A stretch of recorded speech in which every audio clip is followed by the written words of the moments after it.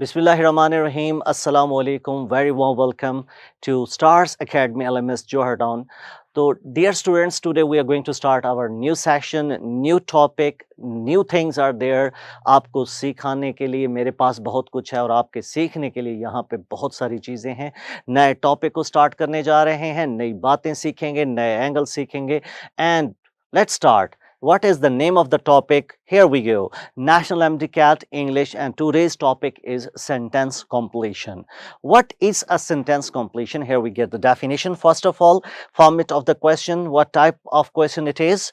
A sentence is left blank from one place or two places followed by four options. तो बेटा जी ये basically आपके जो fill in the blank किसी ज़माने में क्वेश्चन होता था, ये उसका एडवांस नेम है, राइट कि अब इसे सेंटेंस कंप्लीशन कहा जाता है. क्यों? क्योंकि इसमें भी बेसिक फॉर्मेट तो वही है जो हम normally fill in the blanks में करते हैं कि एक सेंटेंस होता है बच्चों, वो एक जगह पे ब्लैंक है और उसको आपने सूटेबल ऑप्शंस उनमें से जो सूटेबल ऑप्शन होगा उसको देकर आपने इसे फिल करना है. Choose the option that best completes the sentences. Okay, next example मैं आपसे शेयर करने जा रहा हूं. The most exact way known to science the age of artifacts is based on the radioactivity of certain minerals. आप science के students हैं तो मैंने एमसीक्यू का स्टार्ट भी साइंस से किया कि अगर किसी आर्टिफैक्ट है बेटा, कोई आपके पास कोई पुरानी कोई नवादरात में से कोई चीज़ है, तो आप उसकी एज को कैसे डिटर्मिन करते हैं. तो अब ये तो था एक थ्योरेटिकल, वो तो मैंने आंसर दे दिया कि radioactivity of certain minerals से हम उसको देखते हैं. लेकिन हमें सबसे पहले we have to go through the options. अब आप सेंटेंस कंप्लीशन के क्वेश्चन को तब तक अटेम्प्ट मत कीजिए, तब तक उसके बारे में कोई राय मत रखिए जब तक कि आप उसके किसी और उसके ऑप्शंस को गो थ्रू नहीं कर सकते, क्योंकि सेंटेंस कंप्लीशन के अंदर ऑप्शन ही डिसाइसिव होते हैं. क्लियर होगी बात. दो तीन कैटेगरीज जो हैं सेंटेंस कंप्लीशन की, उसमें हम इनको बार बार इन चीजों को हम डिस्कस भी कर रहे होंगे. ऑप्शंस देखें. For to determine, for determine, for determining या डिटरमिनिंग एंड टू डिटरमिनिंग. अब सोचना यह है कि हमारे पास कौन सा स्ट्रक्चर फिजिबल है. अगर मैं बात करता हूं अल्फा की, तो फॉर और टू दो प्रेपोजिशन क्या एक साथ आ सकती हैं? Of course not. क्या हम फॉर और डिटरमिन, फॉर एक प्रेपोजिशन है and the grammar says that every preposition is followed by ING form of verb. हर प्रेपोजिशन के बाद हम आईएनजी की फॉर्म यूज करेंगे. इसका मतलब है यहां पे भी हम इसको यूज नहीं कर सकते कि for is a preposition and after every preposition we are supposed to use some fourth form or which is called ing form of verb. Then we have Charlie, that is for determining, and then we have Delta, that is to determining. And we normally know that to determine, to is followed by first form of verb, not the fourth one. So Delta cannot be correct. So we are left only with one choice, and that is what? That is Charlie. इसे हम क्या कहेंगे? That is Charlie. यही हमारे पास best इसकी choice है. देखें बेटा, मैं दोबारा बता रहा हूं आपको, what is a sentence completion? Sentence completion is basically a new name of fill in the blanks. Okay, a sentence is given which is left blank at one place or sometime at two places and followed by four options. Your task is to find the best choice to fill that blank. Okay, now let's move the next one. Types of sentence completion. How many types are there? For example, we were attempting a question just before this slide and we were talking about that this blank should be filled by a word like for, and that for should be followed by some ing form of verb. What type of sentence completion is it? आपको क्या feeling आई कि मैं किस तरह की discussion कर रहा हूं? Definitely I was talking about what? I was talking about preposition, I was talking about verb form, I was talking about combination of words, etc. What it is all about?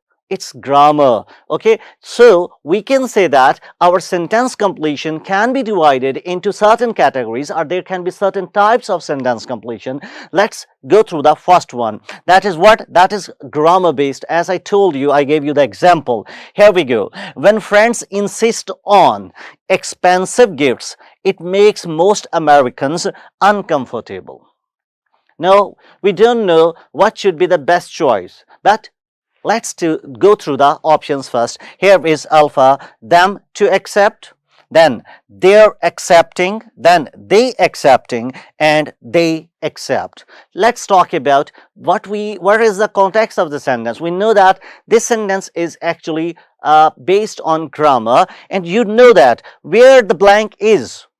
अब आपको blank अगर कहीं पे आती है बेटा sentence completion में, तो आपने ये देखना होता है कि इससे पहले हमने किस चीज को यूज किया और इसके बाद हम किस चीज को यूज कर रहे हैं. For example here we are using the preposition on, and we know that after every preposition ing form of verb should be used. So here you can see what will be the appropriate thing. Can I say insist on them to accept? No. Insist on they're accepting the expensive gifts. So what is it? अब हमने क्या किया? We were supposed to use accepting. और अगर हम accepting use कर रहे हैं, अब मैं आपको थोड़ी सी इसकी ग्रामर की एक बात करूंगा बेटा, छोटी सी, ज्यादा कॉम्प्लेक्स करने की जरूरत नहीं है, क्योंकि आगे चल के जब मैं ग्रामर के ऊपर लेक्चर्स दे रहा हूंगा, तो जैसे मैंने आपसे कहा था कि चाहे वो स्पॉट द एरर हो, चाहे वो सेंटेंस कंप्लीशन हो, चाहे वो करेक्शन हो, what ever the format is, the rules remain the same. Okay तो यहां पे आपने देखा कि हमने देयर एक्सेप्टिंग को क्यों पिक किया? Because the reason is accepting is what? Accepting is an ing form of verb which is named gerund. So gerund means what? A verbal noun.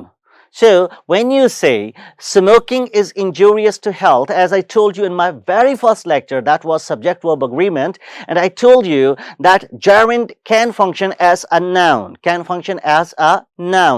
Can you say I house? You have to say my house. So same is the case here. So you have to pick what they're accepting. Is it clear? बात समझ आ गई आपको कि आपको ing, दो बातें यहां पर समझा रहा हूं. एक तो समझाई कि preposition के बाद हम ing की फॉर्म यूज करेंगे. अब ये ब्लैंक को देखें, सेंटेंस कंप्लीशन को आसान कर रहा हूं. आपको अगर ग्रामर बेस्ड सेंटेंस कंप्लीशन आता है तो वो तो बहुत ही आसान होने वाला है, बहुत ही जबरदस्त होना है. जैसे मैंने आपको सब्जेक्ट वर्ब अग्रीमेंट के उस पे टेस्ट के अंदर भी डिस्कशन करवाई थी कि हाँ जी देखें ये क्वेश्चन सबसे आसान फॉर्मेट होता है, कौन से वाला? फिल इन द ब्लैंक्स वाला. क्लियर होगी बच्चों बात? तो यहां पे आपको समझ आ गया कि अगर ऑन आ रहा है, प्रेपोजिशन पे है, प्रेपोजिशन के बाद we are supposed to use ING form of verb, fourth form of verb हम उसमें यूज कर रहे होंगे. तो इज इट क्लियर?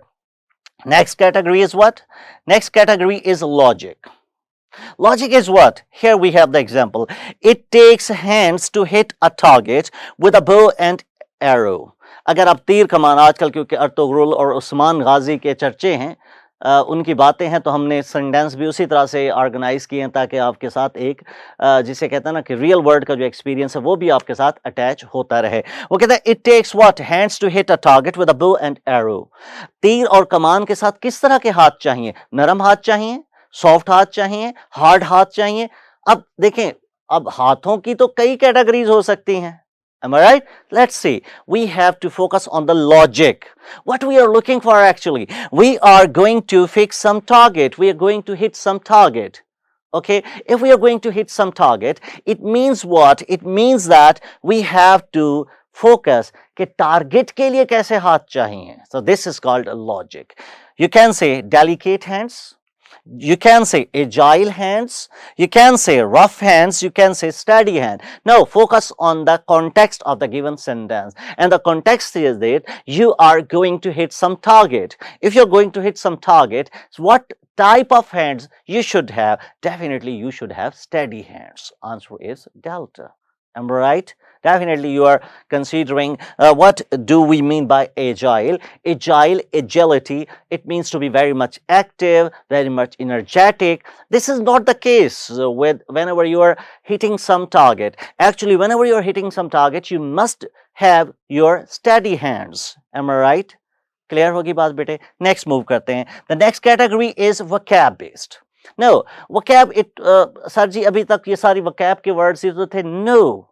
देखिए, डेलिकेट हैंड्स कह सकते हो, रफ हैंड्स कह सकते हो, एजाइल हैंड्स कह सकते हो. वहां पे हमने क्यों ये कहा कि we need some steady hands? उसकी रीजन क्या थी? There was only one reason, that we were going to hit some target. which means that we were logically bounded, we were logically fixed, constrained कि हमें अब इसको ही fix करना है, इसको ही हमने पिक करना है.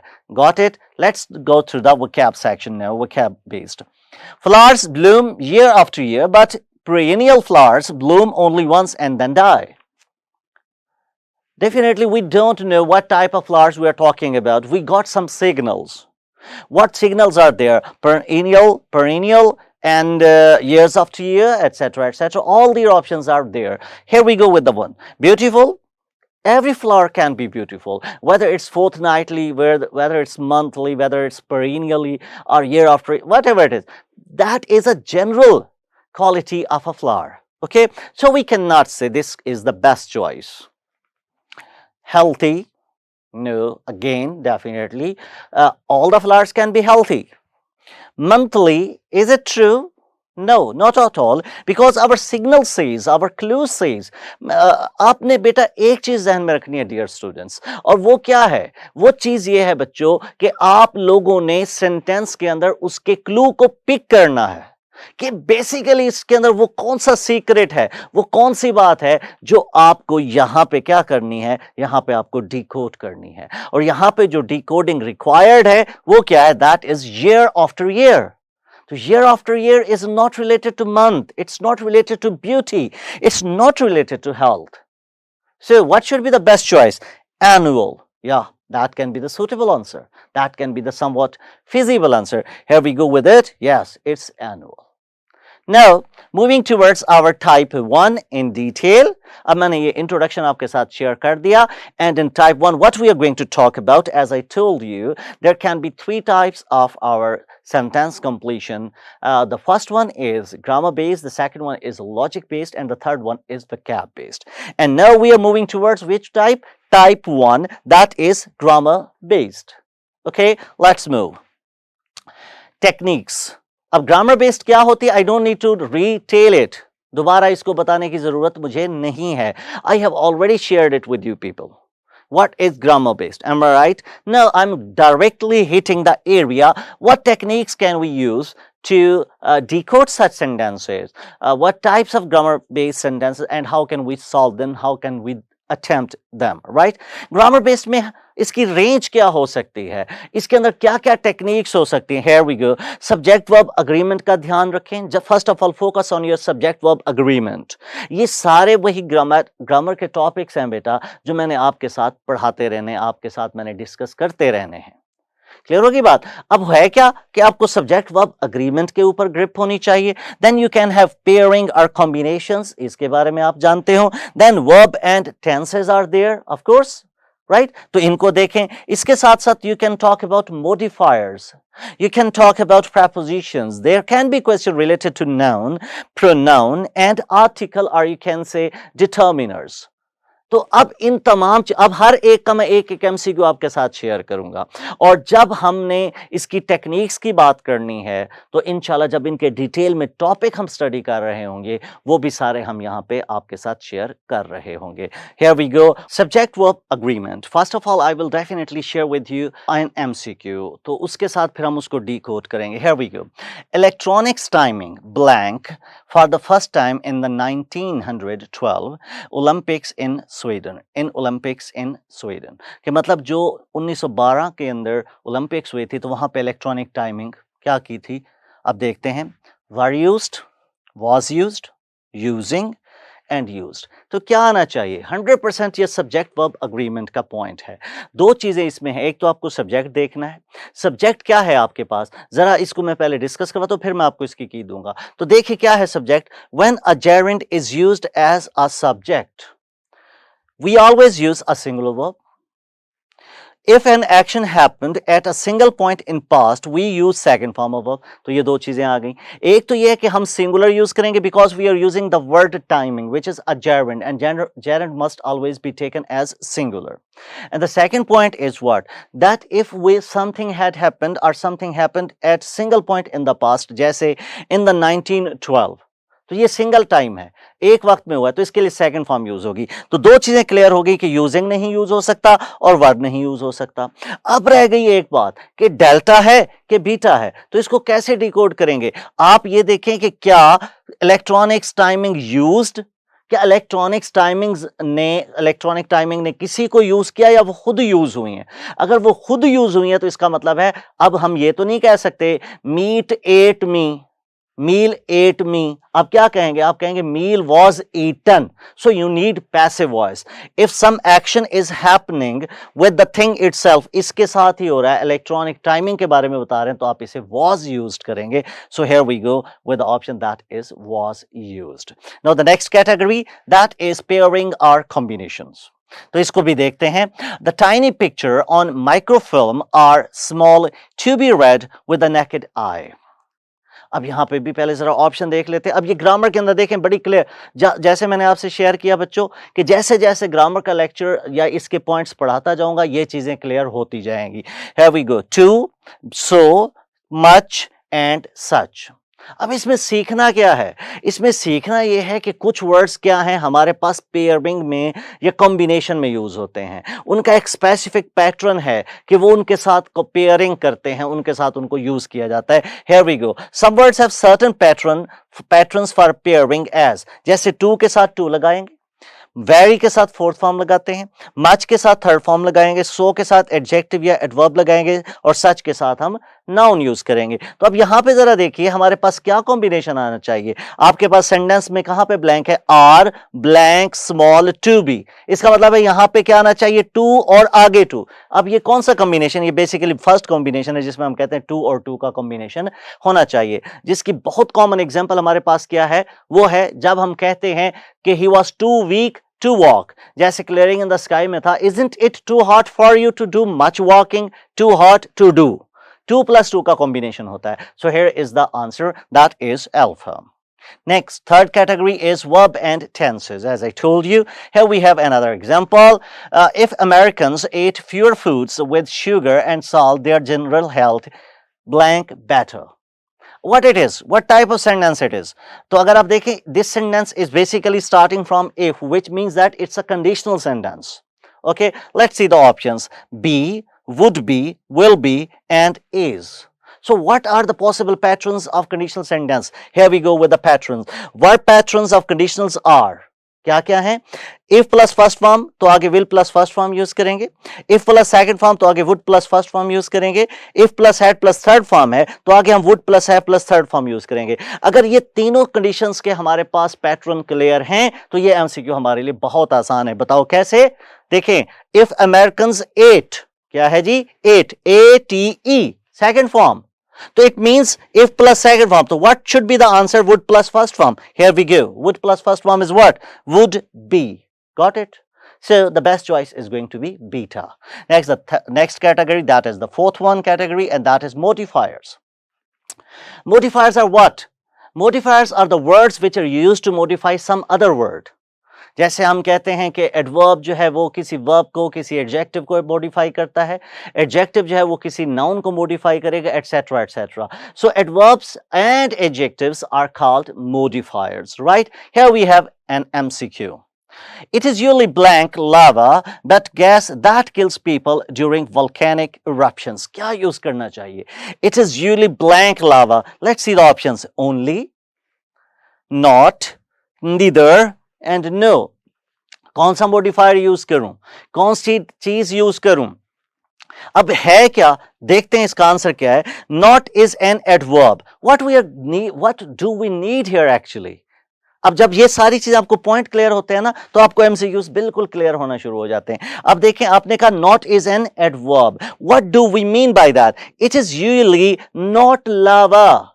It means what we are negating is. It is not lava. It is lava, it is not lava. Lava is always there. Either you are negating it or accepting it. He is a student, he is not a student. Okay? तो student तो उसकी entity रहेगी, आपने उसका होना या ना होना कैंसिल किया. So what you need here an adverb. Is it clear? So आप कहेंगे not is an adverb and no is a determiner. Is it done? Clear हो गई बात? तो हम क्या कहेंगे? हम कहेंगे कि यहां हमारे पास what we need not, not no.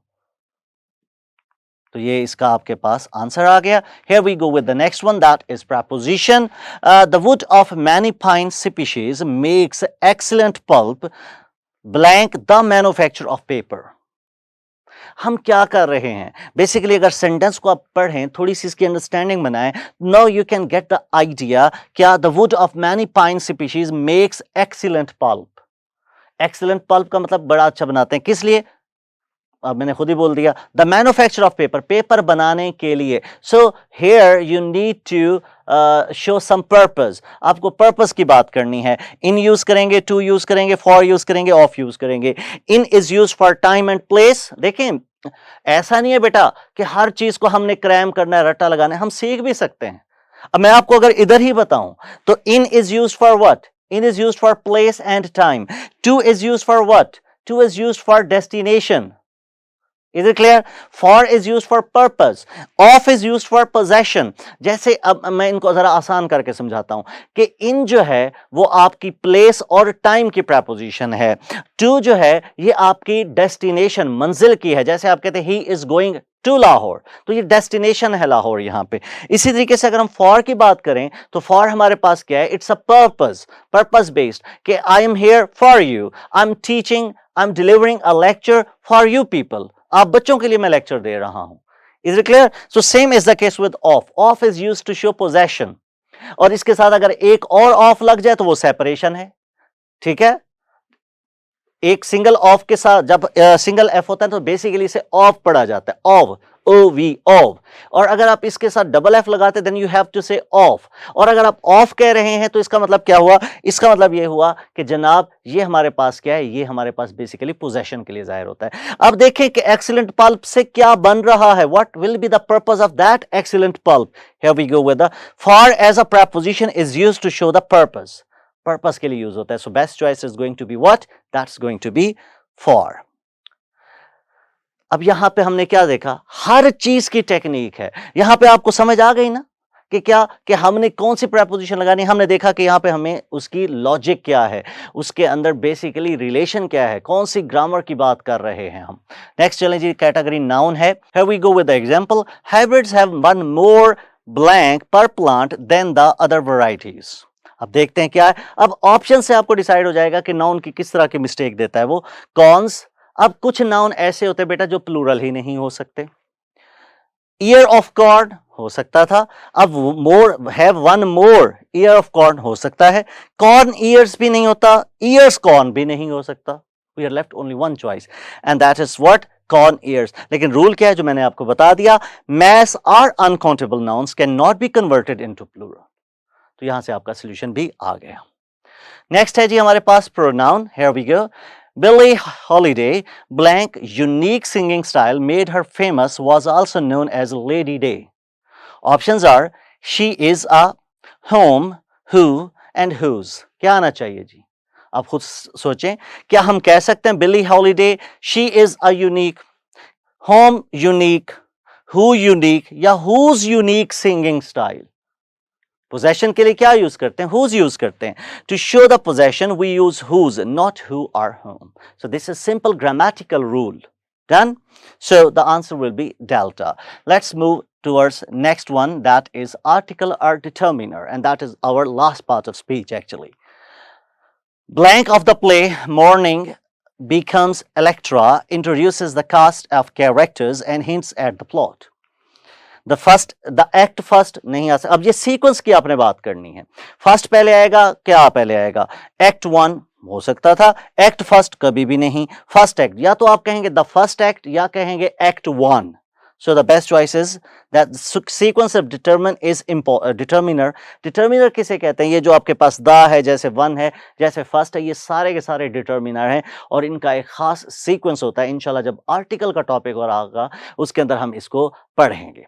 Clear होगी बात? तो अब आप देखें कि हमारे पास बेस्ट चॉइस क्या बनती है। That is act one. Okay,